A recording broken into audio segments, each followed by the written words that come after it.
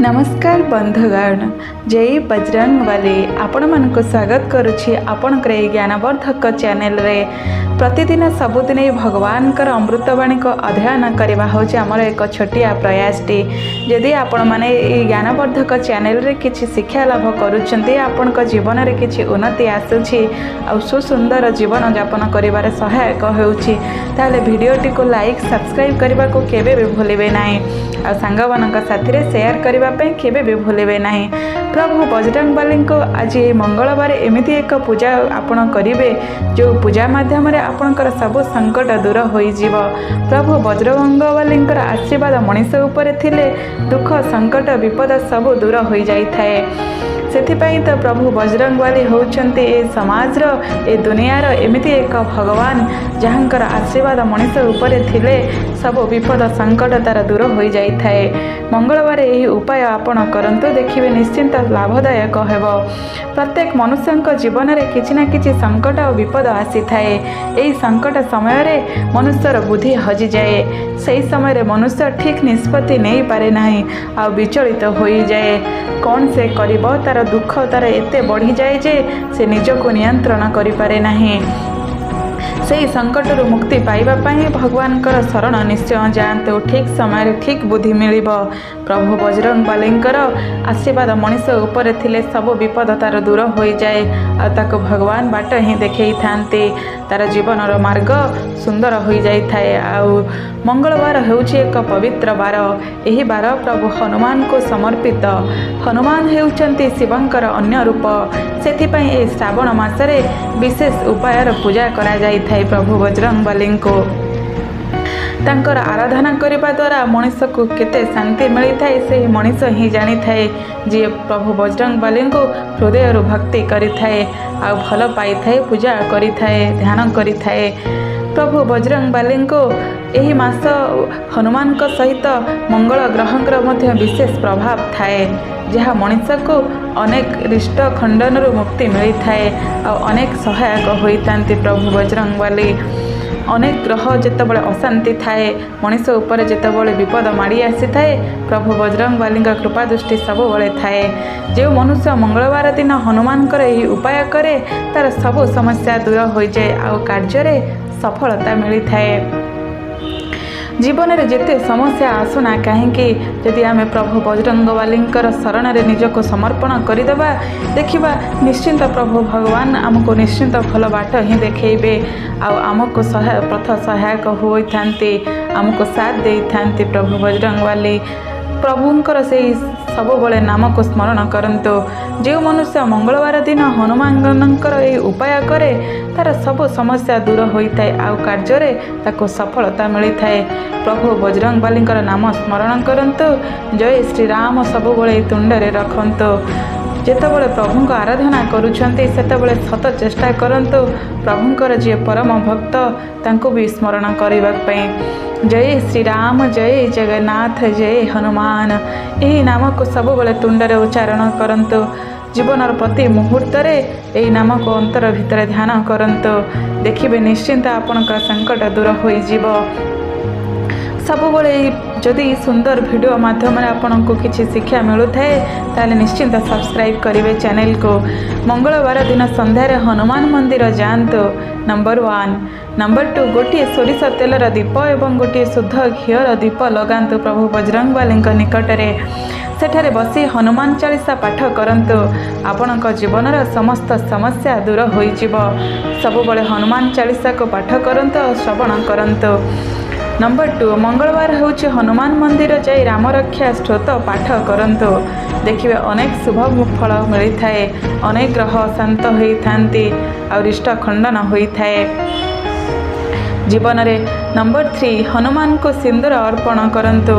देखिबे निश्चिंत दुख लाघव हो जीवो, संकट दूर हो जीवो आ विपद आसुथिबा जो विपद लाघव हो जीवो।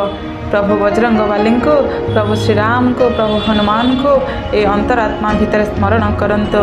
देखिबे ताहा निश्चिंत भगवान कृपा दृष्टि आशीर्वाद आपण को ऊपर रहिबा। नंबर 4, मंगलवार दिन हनुमान को केवड़ा अतर और गोलाप जल अर्पण करंतु। यह हनुमान प्रिय एवं फलप्रद होइथाए। प्रभु हनुमान मंदिर रे सबुबले प्रति मंगलवार जातु दर्शन करंतु प्रभु को। स्वामी स्त्री मध्य झगड़ा होते करंतु यह सुंदर उपाय आ बहुत शांत हो जाए परस्पर भितर स्नेह ममता भल पाइबा सृष्टि होता है परस्पर भितर बुझाणा सृष्टि होता है आ सुसुंदर जीवन टी यापन करिबारे सहायक होता जीवन रे। नंबर 5 मंगलवार दिन सूतारे 4टी लंका तले आउ ऊपर 3टी लंका बांधी देवे ता मध्य लेंबू यह घरे बा दुकान बा कार्यालय बांधी देवा उचित।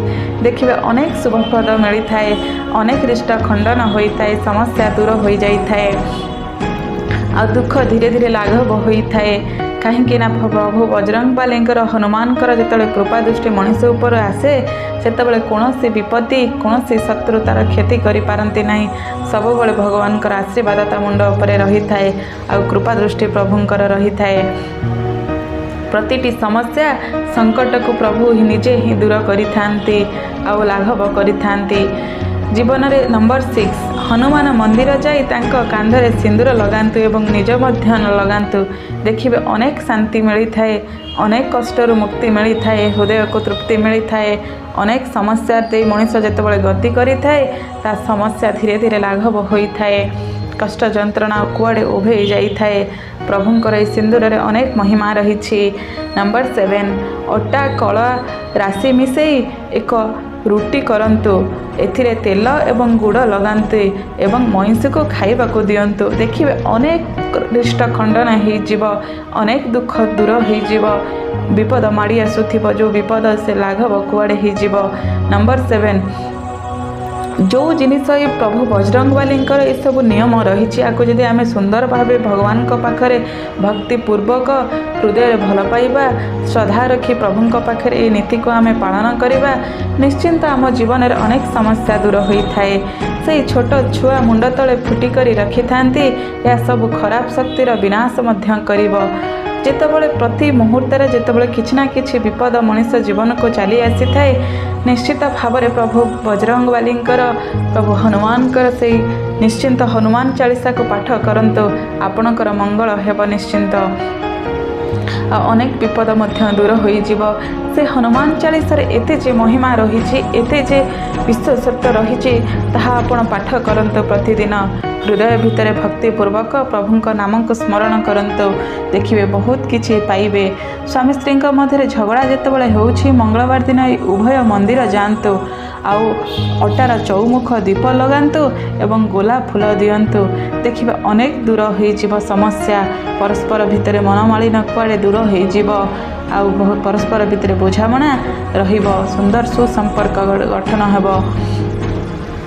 जितेबाला भगवान को पाखरे निजको समर्पण करदेवे ना अंतर भितर भल पाइबा श्रद्धा जिते भगवान को चरण में समर्पण करदेवे प्रभु मु किछि नुहे मो निमित्त मात्र सबू ही तुम्हें ही सबू एतिकी कही जिते निजको समर्पण करदेवे देखिए निश्चिंत प्रभुंकर से भल पाइबा को अनुभव करेंगे कृपादृष्टि को अनुभव करेंगे अंतरात्मा भितर से भल पाइबा को जिते प्रभु निकट में समर्पण करेंगे जीवन घात प्रतिघात दे गति करुवा समस्या दुख जंत्रणा कुआड़े आपे आपे उभे जीव आपन को जना पड़ो ना प्रभु संकट मोचन से कहुए प्रभु को संकट मोचन सबु संकट को से दूर करिथांती सबु संकट को से लाघव कर दियंती बोली तांको संकट मोचन कहुए।